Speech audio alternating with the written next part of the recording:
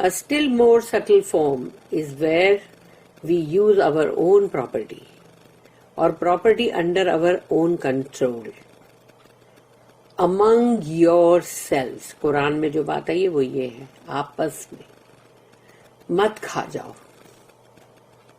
among yourselves in the text for vain or frivolous uses. پھر یہ ایک اور چیز ہے جس کو کہ اور بھی اس طریقے سے یعنی مطلب بہت ہی باریکی کے فارم میں اس کو کہا گیا کہ جہاں پر تم اپنی ہی کسی جائیداد یا اپنا ہی کسی مال یا کسی اور کا جائیداد یا مال جو تمہارے کنٹرول میں ہے, جس کے کہ تم ٹرسٹی ہو یا تمہارے کنٹرول میں تمہارے انڈر میں ہے وہ پراپرٹی, تو وہ پراپرٹی جو ہے آپس میں مت کھا جاؤ. اللہ کے قرآن کے ٹیکسٹ میں یہ ہے کہ آپس میں مت کھا جاؤ فضول کی چیزوں کے لیے یا فالتو کے فضول کے خرچے کر کے, یعنی اس کو جلدی جلدی یا تو ختم کر دو تاکہ اگلے کو دینا نہ پڑے. کہ اگر سمجھو کوئی بھی ہے جس کا مال ہے, جس کے تم ٹرسٹی ہو, ٹیک کیئر کرنے والے ہو, اب معلوم ہے کہ بھئی ابھی یہ بچہ جوان ہوئے گا, اس کو دینا ہے, اس سے پہلے اس کو اتنا کھا جاؤ ختم کر دو یا اس کے اتنے فضول خرچی کر دو کہ وہ اس میں کچھ بچے ہی نہ. تو وین اور فریولس یوزز کے اندر اس کو ختم مت کر دو خرچ کر کے, چونکہ وہ تمہارے قابو میں ہے, تمہارے کنٹرول میں ہے, تو تم یہ کام کر رہے ہو. Under the Islamic standard this is also grade. دوسرے کا مال فضول خرچی میں ختم کرنا, اس کو بھی گریڈ بولا گیا ہے. کہ جیسے دوسرے نہیں بولتے آیتے مال پہ دیدے لال. آیتے مال پہ دیدے لال کا مطلب ہے دوسرے کا مال ہے نا, اس لیے خوب خرچہ کر رہے, یعنی کہ مطلب اب تمہارے دل کو کچھ فرق نہیں, دل کو لگ نہیں رہا ہے کہ یہ میرا مال ہے, ارے یہ ذرا سنبھل کے خرچ کرو نا بابا. نہیں, دوسرے کا مال ہے نا, تو آیتے مال پہ دیدے لال, یعنی دوسرے کے مال کے اوپر آنکھیں جو ہے وہ لال ہوئی جا رہی ہیں کہ یعنی خوب خرچ کر ڈالو نا, کیا فرق پڑتا ہے, کرو بنداس کرو. Property carries with it its own responsibility. جب بھی کوئی بھی پراپرٹی ہے, مال ہے, مال و جائیداد جو بھی ہے, اس میں خود اللہ نے ذمہ داری جو ہے وہ اس کے اندر خود رکھ دیا ہے. اس مال کے لیے اپنی خود کی ایک ذمہ داری ہے, اس دولت کے لیے, اس جائیداد کے اندر وہ ایک ذمہ داری ہے جو اللہ نے رکھ دیا ہے اندر. If we fail to understand or fulfill them, اگر ہم اس ذمہ داری کو نہیں سمجھ رہے ہیں, اگر ہم اس ذمہ داری کو سمجھنے پر برابر آمدہ نہیں ہیں, یا ہم نہیں سمجھ رہے ہیں اس کو, فیل ہو رہے ہیں اس کو سمجھنے میں, اور یا پھر جو ذمہ داری اللہ نے اس میں رکھی ہے اس کو پورا نہیں کر رہے اگر ہم, تو پھر کیا؟ We have not learned the full lesson of self-denial by fast. اگر تم یہ کرنے سے فیل ہو رہے ہو, یعنی کہ تم نے اس پراپرٹی, اس جائیداد کے اندر جو اس کے اندر ذمہ داری اللہ نے رکھا ہے, اگر وہ پوری نہیں کر رہے ہو, یا اس کو سمجھ نہیں پا رہے ہو, یا اس کا جو حق ہے ادا نہیں کر رہے ہو برابر سے, تو اس کا مطلب یہ ہوا کہ جو اس کے اندر سبق رکھا گیا تھا نا کہ روزہ کیوں رکھو, کہ اپنے آپ کو روکو ان چیزوں سے, ان غلط چیزوں سے, ان غلط کاموں سے اپنے آپ کو روکو. خالی روزے کا مطلب یہ نہیں ہے کہ بھوکے اور پیاسے رہو اور رات کو بیٹھ کے خوب کھاؤ. لوگوں نے روزے کو یہ بنا کے رکھا ہے, جبکہ روزے کا مقصد یہ ہے کہ اتنی بڑی بڑی چیزیں ہیں جو اللہ نے بولا کہ یہ کرو, تو ہم نے اس کا صحیح سبق جو ہے کہ جس میں ہم کو اپنے آپ کو روکنا ہے, ہم کو اپنے آپ کو سیلف ڈینائل جو ہے وہ کرنا ہے کہ نہیں. جیسے ہم روزہ رکھتے ہوئے بولتے ہیں نہیں پانی سامنے کتنے بھی اچھے شربت رکھے ہوں ہم نہیں پیئیں گے, ہمارے فریج میں ایک سے ایک کھانے رکھے ہم نہیں کھائیں گے, تمہاری بیوی حلال ہے تمہارے لیے لیکن نہیں تم اس کے قریب نہیں جاؤ گے, تو ویسے ہی تم کو پراپرٹی, جائیداد اور مال جو ہے وہ اس کا جو صحیح حق ہے, جو صحیح ذمہ داری ہے اس کو تم کو پورا کرنا ہے, نبھانا ہے. اگر وہ کام تم نے نہیں کیا ہے تو تم نے تو روزے کا صحیح لیسن سمجھا ہی نہیں ہے.